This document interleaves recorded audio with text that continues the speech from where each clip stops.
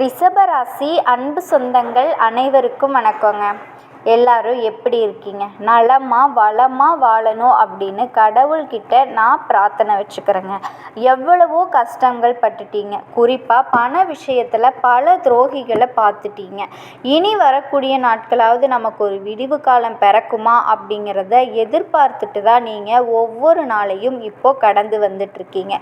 உங்களினுடைய எதிர்பார்ப்புக்கு தகுந்த மாதிரி இனி உங்களினுடைய வாழ்க்கை மாறப்போகுதுங்க. ரிஷபராசியினுடைய வாழ்க்கை ரொம்பவே சூப்பராக மாறப்போகுதுங்க. அந்த அளவுக்கு கஷ்டப்பட்ட நீங்கள் இப்போது தலை நிமிர்ந்து நிற்கக்கூடிய காலம். இந்த சமயத்தில் உங்களுக்கு உங்களை யார் எதிர்த்தாலுமே, எவ்வளவு தடைகள் வந்தாலுமே, எவ்வளவு தாமதம் வந்தாலுமே அதுதான் காலியாகும். சரிங்களா? உங்களினுடைய மாற்றம் அப்படிங்கிறது உங்களினுடைய முன்னேற்றத்தை மட்டும் இல்லைங்க, தீராத பிரச்சனைகளை எல்லாம் தீர்க்க போகுது. முடியவே முடியாதுன்னு கைவிட்ட விஷயங்கள் எல்லாம் முடிய போகுது. உங்களை ஒதுக்கி விட்டவங்க எல்லாமே ஓடி வந்து உங்கள் காலில் விழக்கூடிய காலகட்டம் வந்துருச்சுங்க. ரிஷபராசி அப்படின்னாவே ரொம்ப அமைதியானவங்க, அரவணைப்பானவங்க, எல்லாரையும் விரும்பக்கூடியவங்க, எல்லாருடைய விருப்பங்களையும் நிறைவேற்றணும் அப்படிங்கிறதுல ரொம்ப கவனமாக இருப்பீங்க. உங்களினுடைய தேவைகளை முற்றிலும் விட்டுட்டு கூட மற்றவங்களினுடைய தேவைகளை பார்த்து பார்த்து செய்யக்கூடியவங்க. குடும்பத்தில் சந்தோஷம் அப்படின்னா இவங்களுக்கு சந்தோஷம். இவங்க நல்லா இருக்காங்களோ இல்லையோ, எவ்வளவு கஷ்டம் வந்தாலும் சரி அதை மறைச்சிட்டு குடும்பத்தோட சந்தோஷத்துக்காக வாழக்கூடியவங்க. ரிஷபம் எவ்வளவு துரோகத்தை தாங்கி இருக்காங்கன்னு தெரியுமா? கொஞ்சம் நஞ்சம் கிடையாதுங்க. ஏமா மற்ற ராசிக்காரங்கெல்லாம் கஷ்டப்படலையா, ரிஷபம் மட்டும்தான் கஷ்டப்படுறாங்களா அப்படின்னு யாராவது கேட்டால் நான் சொல்லக்கூடிய விஷயம் ஒன்றே ஒன்று தாங்க. நமக்கெல்லாம் கோபம் வந்தால் உச்சபட்ச கோபத்துக்கெல்லாம் அடங்கவே மாட்டோம். ஒன்று ஏதாவது ஒன்று பண்ணிடுவோம். ஆப்போசிட்டில் இருக்கவங்களுக்கு அடியோ உதையோ ஏதாவது ஒன்று நடந்துடும். ஆனால் ரிஷபம் பயங்கரமான கோபத்துக்கு சொந்தக்காரங்க. சிவ கோபம். ஆனால் அதை அடக்கி ஆளக்கூடிய குணாதிசயங்களோடு வாழ்ந்துட்டுருக்காங்க, இருப்பாங்க. ஒரு அடி வைக்கணும் போல இருக்குது, ஆனால் அப்படியே சிரிச்சுக்கிட்டு அந்த இடத்த விட்டு கடந்து போயிருப்பீங்க. எவ்வளவு வலி மனசில் இருக்குது தெரியுமா? கொஞ்சம் நஞ்சம் இல்லை அப்பா, என்னால் வாய் திறந்து சொல்ல முடியல. அவ்வளவு வேதனைகளையும் வலிகளையும் மனசுக்குள்ளே மறைச்சிக்கிட்டு வாழக்கூடியவங்க.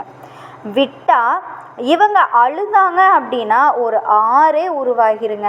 அந்த அளவுக்கு மனநிலை முழுக்க முழுக்க வருத்தங்களையும் வலிகளையும் வச்சுக்கிட்டு வாழக்கூடியவங்க. ரிஷபத்தை பொறுத்த வரைக்கும் கடவுள் மேலே அதீத நம்பிக்கை கொண்டவங்க. தூய்மை உள்ளத்துக்கு சொந்தக்காரங்க. தெளிந்த நீரோடை மாதிரி ரொம்ப தெளிவான எண்ணத்துக்கு உரித்தானவங்க. சுயநலம்னா இவங்களுக்கு என்னன்னே தெரியாது. பொதுநலமாக பாட வைக்கிறதுனால இந்த அளவுக்கு கஷ்ட நஷ்டத்தை சந்திச்சிட்டு இருக்காங்க. யார் என்னன்னே தெரியாது. அவங்களுக்கு கூட உதவி செய்யணும்னு நினைக்கிறவங்க. இவங்க ஒரு இடத்துல இருக்காங்க அப்படின்னா அந்த இடத்துல இருக்கக்கூடிய எல்லா வேலையுமே தான் மேலே போட்டுக்கிட்டு செய்யக்கூடியவங்க. எந்த ஒரு எதிர்பார்ப்பும் இல்லாத அன்புக்கு சொந்தக்காரங்க. எந்த ஒரு எதிர்பார்ப்பும் இல்லாத கடமைக்கு சொந்தக்காரங்க. என்னால் என்ன செய்ய முடியுமோ என் குடும்பத்தினுடைய பாதுகாப்பு, என் குடும்பத்தினுடைய வளர்ச்சிக்கு, என் குடும்பத்தோட சந்தோஷத்துக்கு அதை நான் செஞ்சுட்டு போகிறேன். கடவுளே எனக்கு துணையாக இதைத்தான் கேட்பாங்க. எனக்கு அதை கொடு இதை கொடு அப்படின்னு எப்போவுமே கேட்க மாட்டாங்க. வரக்கூடிய வாய்ப்பை மட்டும் கரெக்டாக பயன்படுத்துங்க, எனக்கு வழியை கொடு கடவுளேன்னு மட்டும் வேண்டிக்குவாங்க. உங்களை பொறுத்த வரைக்கும் தினம் தினம் நினைக்கக்கூடிய விஷயங்கள், தினம் தினம் திட்டமிட்டு செயல்படுவீங்க. முடிக்க முடியாத காரியத்தை கூட முடிச்சு காட்டுறது தான் ரிஷபத்தோட குணம். உடல் அளவிலையும் சரி மனதளவிலையும் சரி ரொம்ப உறுதியானவங்க. ஆனால் மற்றவங்களுக்கு நீங்கள் ஒரு பொம்மை மாதிரி இருக்கீங்க. உங்களினுடைய உடல் வலிமையும் மன வலிமையும் அவங்க பார்த்ததில்லை. எல்லாரும் சொல்லுவாங்களே எனக்கு இன்னொரு முகம் இருக்குன்னு, அது யாருக்கு இருக்கோ இல்லையோ ரிஷபத்துக்கு இருக்குங்க. அவங்களினுடைய அந்த பவ்யமான குணத்தை மட்டும் பார்த்து பல பேர் அவங்கள உதாசீனப்படுத்திக்கிட்டு இருக்காங்க. அவங்களினுடைய இன்னொரு முகத்தை பார்த்தீங்க அப்படின்னா அவங்களினுடைய வேல்யூ புரியும். அந்த சமயத்தில் நீங்கள் அவங்க காலில் சரணாகதி அடைஞ்சிருவீங்க, இல்லை ஓடி ஒளிஞ்சிருவீங்களோ தெரியாது. இப்படி ரிஷபத்தோட குணாதிசயத்தை அடுக்கிக்கிட்டே போகலாங்க. சொல்லப்போனால் தேவ கூட்டத்துக்கு நிகரானவங்க இந்த ரிஷபராசிக்காரங்க. ரொம்ப ஒழுக்க சீலர்கள் அப்படின்னா ரிஷபத்தை சொல்லலாங்க. உங்களை பொறுத்த வரைக்கும் மிகப்பெரிய லாபகரமான வருஷமாக இது இருக்குங்க. அது என்ன, எப்படி நீங்கள் எப்படி இருக்கணும், என்ன பரிகாரம் பண்ணணும், எந்த தெய்வத்தை வழிபாடு செய்யணும் அப்படிங்கிறத தெளிவாக பார்க்கலாங்க. கண்டிப்பாக ரிஷபராசிக்காரர்களினுடைய வாழ்க்கை மாறப்போகுதுங்க. நீங்கள் எதிர்பார்க்கும்போது உங்களினுடைய வாழ்க்கை தொடக்கம் அமையுதுங்க. எந்த விஷயத்தை நீங்கள் எதிர்பார்த்தீங்களோ இந்த விஷயத்தில் பண வருகை அப்படிங்கிறது உங்களுக்கு சிறப்பாக இருக்கும். வருமானம் அதிகரிக்கும். குரு பெயர்ச்சியை பொறுத்த வரைக்கும் பெரிய பணவரவையெல்லாம் ஏற்படுத்தி கொடுக்குறாருங்க. ஆனால் குரு ஒரு விஷயத்தை மட்டும் எச்சரிக்கையாக பண்ணுறாரு. கடன் கொடுக்கறதையோ வாங்குறதையோ தவிர்க்கணும்னு சொல்கிறாரு. ஏன்னா நிறைய இடங்களில் போன காலகட்டம் முழுக்கவே கடனுக்காக உங்களின் வருமானம் போயிட்டு இருந்தது.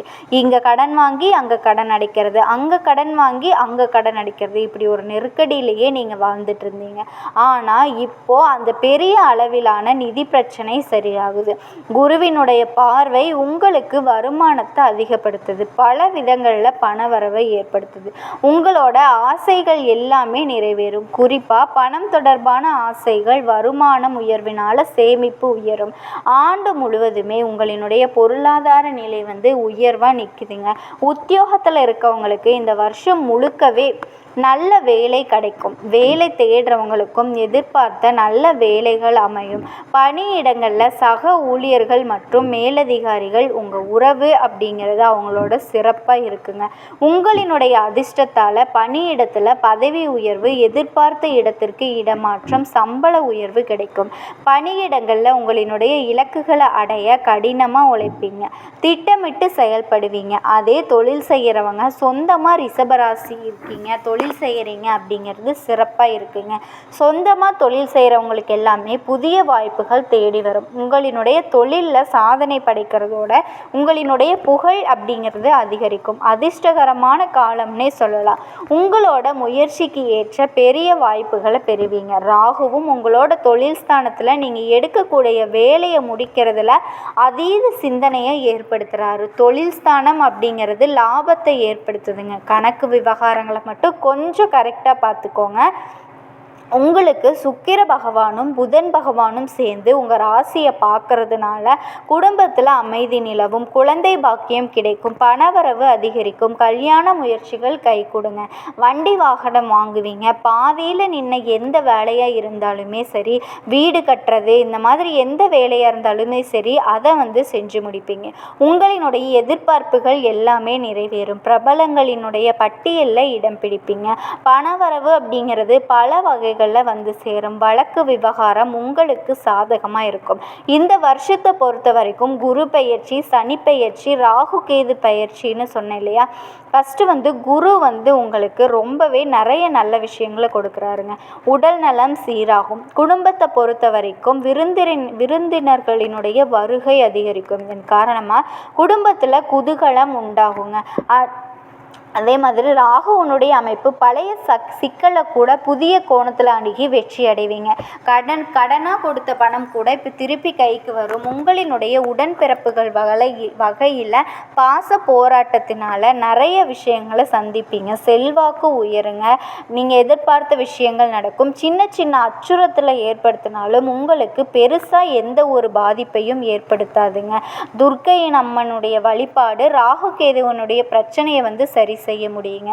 சனி பகவானை பொறுத்த வரைக்கும் உங்களினுடைய முயற்சி, அதாவது அறிவை ஏற்படுத்தி கொடுக்குறாரு. முக்கியமாக பண லாபத்தை அதிகப்படுத்துகிறாரு. பொது விழாக்கள், கல்யாணம், கிரக பிரவேசம் இந்த மாதிரி சுப நிகழ்ச்சிகளை நீங்கள் முன்னின்று நடத்தக்கூடிய அளவுக்கு வாய்ப்புகள். ரிஷபராசி அன்பு சொந்தங்கள் அனைவருக்கும் வணக்கங்க. எப்போவுமே ஒரு நல்ல விஷயத்தை தொடங்குறதுக்கு முன்னாடி என் பெருமான் முருக பெருமானை மனசார வேண்டிக்கோங்க.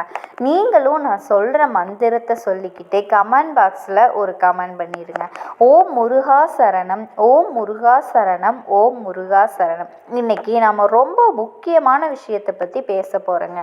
அந்த விஷயம் என்னன்னு பார்த்தீங்கன்னா கிரகநிலை மாற்றங்கள். இந்த கிரகநிலை மாற்றத்தால் நமக்கு என்னென்ன லாபங்கள் நடக்க போகுது, எப்படி நம்ம அதை லாபகமாக மாற்றிக்கிறது அப்படிங்கிறத பற்றி தாங்க பேச போகிறேன். அவசியமாக இந்த வீடியோ பதிவை மிஸ் பண்ணாமல் பாருங்கள். உங்கள் வாழ்க்கையில் உங்கள் வீட்டில் எத்தனை பேர் ஜாதகம் பார்த்துட்ருக்கீங்க? நீங்கள் மேச ராசியாக இருக்கலாம், ரிஷப ராசியாக இருக்கலாம், மிதுன ராசியாக இருக்கலாம், ஏன் 12 ராசியில் ஏதோ ஒரு ராசியாக நீங்கள் இப்போ இருப்பீங்க. இப்போ இந்த ராசிக்காரர்கள் இவங்க தான் இதை பார்த்துக்கணும், அவங்க தான் அதை பார்த்துக்கணும் அப்படின்னு கிடையாதுங்க. நீங்கள் ரிஷப ராசிக்காரர்களாக இருந்தீங்க அப்படின்னா கண்டிப்பாக உங்களுக்கு நல்லது நடக்குங்க. எப்போவுமே ரிஷப ராசிக்காரர்கள் அப்படின்னு அவங்களுக்குன்னு ஒரு பெருமை இருக்குங்க. எல்லா ராசிக்காரர்களுக்குமே நாங்கள் இந்த விஷயத்த போடுறோம், ஒளிப்பதிவாக நாங்கள் பதிவேற்றி உங்களுக்கு கொடுக்குறோங்க. அதில் ரொம்ப முக்கியம், நீங்கள் பார்த்துட்டு பார்க்கலன்னா கூட நீங்கள் யாருக்காவது கண்டிப்பாக இந்த வீடியோ பதிவை ஷேர் பண்ணுங்கள். ஏன்னா சில நேரங்களில் நமக்கு பொன்னான வாய்ப்புகளை கொடுக்குங்க, ரொம்ப அற்புதமான தருணங்களை ஏற்படுத்த போகுதுங்க. அதில் அப்படி ஒரு தருணம் தான் இந்த காலகட்டம். இந்த காலகட்டம் நம்ம வாழ்க்கையில் எதிர்பாராத திருப்பங்களை எளிதாக கொடுக்கக்கூடிய நேரங்க. ரொம்ப கனவு கண்டுட்டு இருப்போம் இல்லையா? நிறைய விஷயங்களை ரொம்ப கனவாக வச்சுருந்தேன், நடக்கவே இல்லை, ரொம்ப எதிர்பார்த்துருந்தேன், கை கொடுக்கவே இல்லை, இப்படி பல புலம்பல்கள் கூட நம்ம மனசில் இருக்கும். அதுக்கு எல்லாமே இப்போ ஒரு தீர்வு ஏற்படக்கூடிய நேரங்க. தீர்வுனா என்னென்னா நம்ம நினைக்கிறது நடக்கும், அதுதாங்க தீர்வு. அப்படி இந்த தீர்வுக்குள்ளே சில சூட்சமங்கள் காத்திருக்கு. எதை செஞ்சால் நமக்கு எளிமையாக தீர்வு கிடைக்க போகுது அப்படிங்கிறத பற்றி அழகாக உங்களுக்கு பரிகாரத்தோடு சொல்ல போகிறேன். அடுத்ததாக பார்த்தீங்கன்னா கிரகங்களோட பயிற்சிங்க. சுக்கிரன், ராகு பகவான், சனி பகவான், சூரிய பகவான், புதன் மற்றும் செவ்வாய் பகவான், குரு பகவான், கேது பகவான், எல்லா கிரகங்களும் நம்மளை எந்த அளவுக்கு இப்போ பாசிட்டிவாக நம்மளோட நடப்புகளை கொடுக்க போகுது அப்படிங்கிறத தெளிவுபடுத்துறதுக்கான பதிவு தாங்க இது. அதில் முக்கியமாக ஒரு 4 கிரகங்கள் உங்களை மிரள வைக்க போகுதுங்க. இது ஆண்டவரோட உத்தரவு. அந்த 4 கிரகங்கள் அதுக்கு நம்ம என்ன பண்ணணும், என்ன பரிகாரம் பண்ணணும் அப்படிங்கிறத பற்றியும் உங்களுக்கு தகவலாக கொடுக்குற அரிய சந்தர்ப்பம் இது. வாங்க ஒவ்வொரு ராசிக்கும் போவோம். கல்லும் கரையும் அப்படின்னு சொல்லுவாங்க. எப்பேற்பட்ட கல்லையும் கரைக்கக்கூடிய ஆற்றல் கொண்டவங்க தாங்க இந்த ரிஷப ராசிக்காரங்க. ரிஷப ராசிக்காரர்களுக்கு ஒரு அற்புதமான குணங்க. நான் ரிஷப ராசியை நிறைய இடத்துல செல்லமாக சொல்லுவேங்க. நீங்கள் ஒரு மேஜிக் மேன் அப்படின்னு. என்ன காரணம் அப்படின்னா தந்திரசாலிகள் மந்திரசாலிகள் கிடையாதுங்க. ஒருத்தனை அழிக்கணும் அப்படின்னா மந்திரம் வைக்கிறது, மாந்திரிகம் வைக்கிறது, அப்படி இப்படியெல்லாம் கிடையாது. அந்த திங்கிங் ரிஷபத்திற்கு வரவே வராதுங்க. வியூகம் வகுக்கக்கூடிய ஆற்றல் கொண்டவர்கள். எதையுமே அப்படியே சிரிச்ச முகத்தோட கேட்டுக்கிட்டே பழகி ஒருத்தரை அழகாக புரிஞ்சுக்கிட்டு அதுக்கப்புறம் அந்த ட்ராவலை பிக் பண்ணக்கூடியவங்க தாங்க. இன்னும் சொல்ல போனால் ரிஷப ராசிக்காரர்கள் லேட் பிக்கப்காரர்கள் அப்படின்னு கூட சொல்லுவாங்க. எந்த ஒரு விஷயத்தையுமே என்னையா இது டியூப்லைட்டாகவே இருக்க அப்படின்னு நிறைய பேர் நம்மளை சொல்லியிருப்பாங்க. ஆனால் அவங்களுக்கு தெரியாதுங்க, குண்டு பல்பு சீக்கிரமாக அடி வாங்கிடும், ஆனால் டியூப்லைட் ரொம்ப நாள் ஓடுங்க. இன்னொன்று, குண்டு பல்பு பார்த்திங்கன்னா ஒரு மஞ்சளாக இருக்கும், அதே டியூப்லைட் பார்த்திங்கன்னா நல்ல இடத்துக்கு நிறைய வெளிச்சமாக வெள்ளையாக தெரியுமா? இந்த எல்இடி பல்புலையா? அப்போவே டியூப்லைட் பாருங்கள், இப்போல்லாம் எல்இடின்னு சொல்கிறோம், அப்போ எல்லாமே டியூப்லைட் வெள்ளையாக தான் இருக்கும். இப்போ ரிஷபராசிக்காரர்களினுடைய அருமை பெருமை என்னைக்குமே பிறகு தாங்க தெரியும், முன்னாடி தெரியாது. அதனால் என்ன பண்ணுவாங்கன்னா, நம்ம வீட்டில் ஒரு ரிஷபராசி இருக்குன்னா அவர் முன்னேறவே மாட்டாருங்க. அவங்க பார்வையே சரியில்லை, அவங்க சும்மா ஊதாரி, சக்ஸஸ்ஃபுல் பர்சனே கிடையாது, எப்படி வேணால் சொல்லுவாங்க. ஆனால் நம்ம லைஃப்பில் நமக்குன்னு ஒரு காலம் வரும், நமக்கு ஒரு கல்யாணம் ஆகும், குழந்தை பெற்றுக்குவாங்க. அந்த அடுத்த காலகட்டம் வரும்போது அதாவது ரஸ்ட்டு போய் வின்னிங் ஆகிறது இந்த ரிஷபராசியாக தாங்க இருக்கும். என்னையா இவ்வளவு சீக்கிரம் வந்துருச்சு, இவ்வளவு சீக்கிரம் சக்ஸஸ் பண்ணிட்ட, இவ்வளவு இவ்வளவு சீக்கிரம் உன் வீட்டில் நல்ல காரியம் நடக்குது, என்ன பண்ண, இவ்வளவு சீக்கிரம் வந்து இந்த விஷயத்தை அடைஞ்சிட்ட அப்படின்னு. இது உண்மையிலேயே கடவுளோட கிரேஸ் தாங்க நடக்குது.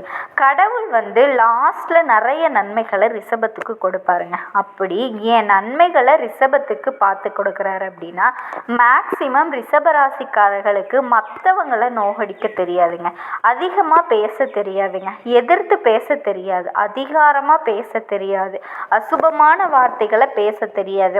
அப்படியே ஒரு கோபம் வந்துச்சுன்னா ஏதாவது ஒரு சின்ன வார்த்தை வேணால் சொல்லலாங்க, அதுவும் ரேர், எப்போவுமே ரேருங்க.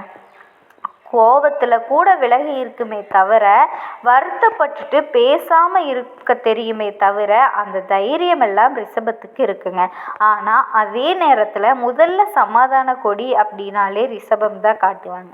சரி, நமக்கு ஒரு காரியம் நடக்கணும், எப்படி நடத்தலாம் அப்படின்னு ஒரு ரிஷபராசி சமாதான கொடியை காட்டுறதுக்கு வாய்ப்பு இருக்குங்க.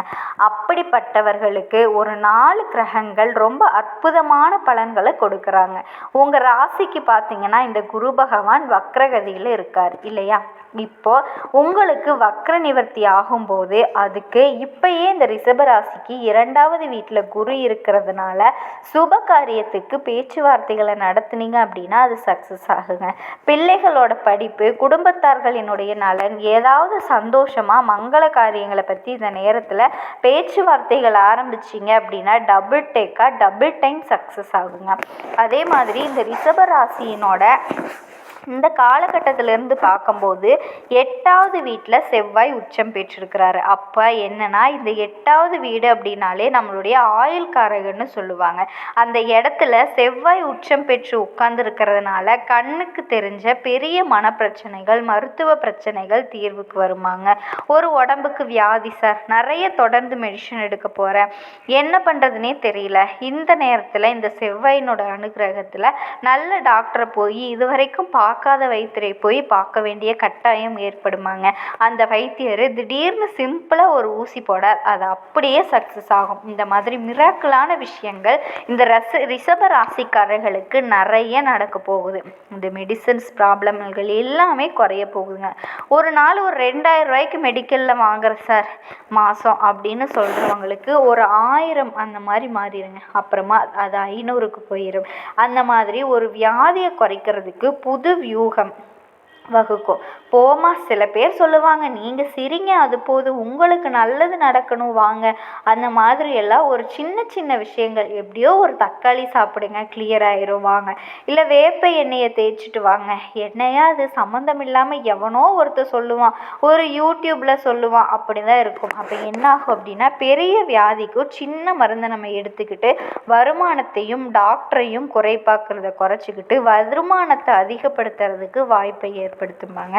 புதன் பகவான் பார்த்தீங்கன்னா உங்களுக்கு வக்ரகதி ஆகும்போது நமக்கு யாராவது குழி தோன்றா பாருங்க, அவனை கண்டுபிடிச்சிருவாங்க. நம்மளை ஏமாத்துறவன், குழி தோன்றவன், விருப்பம் இல்லாமல் நம்ம விருப்பத்தை கேட்காம சில பேர் ஏதாவது ஆட்டம் போடுறாங்க இல்லையா, நம்ம பேரை வச்சு மிஸ்யூஸ் பண்ணுறவன், நம்ம குடும்பத்துக்கு பாதகமான செய்தியை பரப்புறவன், இவனை எல்லாமே இந்த ரிஷபராசிக்காரர்களை இப்போ புதன் பகவான் காட்டி கொடுத்துருவாரு. அடுத்ததாக பார்த்தீங்கன்னா சுக்கிர பகவான் அப்படியே போகிற போக்கில் பார்த்தீங்கன்னா தனுசு, மகரம், கும்பம், மீனம் 4 வண்டியை கிராஸ் பண்ணுறாரு. இந்த டைமிங்கில் அந்த நேரத்தில் என்ன ஆகுது அப்படின்னா, உங்களுக்கு 9ஆம் வீட்டில் இந்த சுக்கிர பகவான் சரியாக போய் 10வது வீடு, அதாவது 9வதுலேருந்து 10வது வீடு 9ல் இப்போ இருக்காருங்க, 10வது இடத்துக்கு வர்றாரு. இந்த 10க்கு வந்து 11ஆம் இடத்துக்கு வர்றாரு, 3 இடத்த கிராஸ் பண்ணுறாரு. அப்போ வந்து ரிஷபராசியை பொறுத்த வரைக்கும் இது 10வது வீடு. 9வது வீட்டில் வரும்போது பதவி யோகத்தை கொடுக்குறாரு. உங்களோட மனசுக்கு பிடிச்ச விஷயங்களை நடத்த போகிறாரு. சில நல்ல விஷயங்கள், உங்களுக்கு எதிர்பார்க்காத புன்முறுவலோடு உங்களுக்கு நல்ல நண்பர்கள், பழக்க வழக்கங்கள், ஈஸியாக சில விஷயங்கள் செட் ஆக போகுது. அதனால் ஒரு பெஸ்ட் டைம். இந்த பக்கத்தில் பார்த்தீங்கன்னா சனி பகவான் 11வது வீட்டுக்குள்ளே நிரந்தரமாக குடியேற்றம் ஏறி இருக்காங்க. அவரோட இந்த அப்பாயின்மெண்ட் போடுறாருங்க, அதனால லாபம். ஸோ இந்த மாதிரி நல்ல விஷயங்கள்லாம் ஆரம்பமாகி ரிஷபராசிக்காரர்களுக்கு நடக்கிறதுக்கு இடைஞ்சலாக இருந்தது, கெடுதலாக இருந்தது, எல்லாமே விலக போகுது. மனுஷங்களோட நம்பிக்கையை நீங்கள் பெற போகிறீங்க. உங்கள் மேலே மக்கள் வச்சுருக்கிற நம்பிக்கை அதிகமாக போகுது. குடும்பத்தார்கிட்ட இருக்கிற நம்பிக்கை அதிகரிக்க போகுது. கெட்ட பெயர்கள் எல்லாமே விலக போகுதுங்க. இது ஒரு அற்புதமான நேரம். இந்த நேரத்தில் நீங்கள் செய்ய வேண்டிய பரிகாரம் அப்படின்னா மிளகு. இந்த ஒரு 11 மிளகு எடுத்து ஒரு சிகப்பு துணியில் அதை கால பைரவருக்கு கட்டி தேய்பிரை அஷ்டமியில் நெய் தீபம் போட்டு வாங்க. உங்கள் வீட்டில் ஒரு ஆள்னா தீபம் போடுங்க. ரிஷபராசிக்காரங்க வீட்டில் 5 பேர் இருக்காங்கன்னா 5 தீபம் போடுங்க. ஒரு ரிஷபராசி ஆனால் அந்த வீட்டில் 5 பேர் இருக்காங்கன்னா 5 தீபம் போடுங்க. சிகப்பு துணியில் காட்டன் துணி, அதாவது காட்டன் துணின்னு சொல்லுவாங்க இல்லையா, அந்த மாதிரி துணியில் போடலாங்க. இல்லை காட்டன் துணியில் கூட நல்லா போட்டிங்க அப்படின்னா 11 மிளகு எடுத்து ஒரு முடிச்சு சிகப்பு துணியில் முடிஞ்சு கால பைரவருக்கு செவ்வாய்க்கிழமைகளில் தீபம் போட்டுட்டு வந்தீங்க அப்படின்னா உங்களுக்கு கண்டிப்பாக நல்லது நடக்கும்.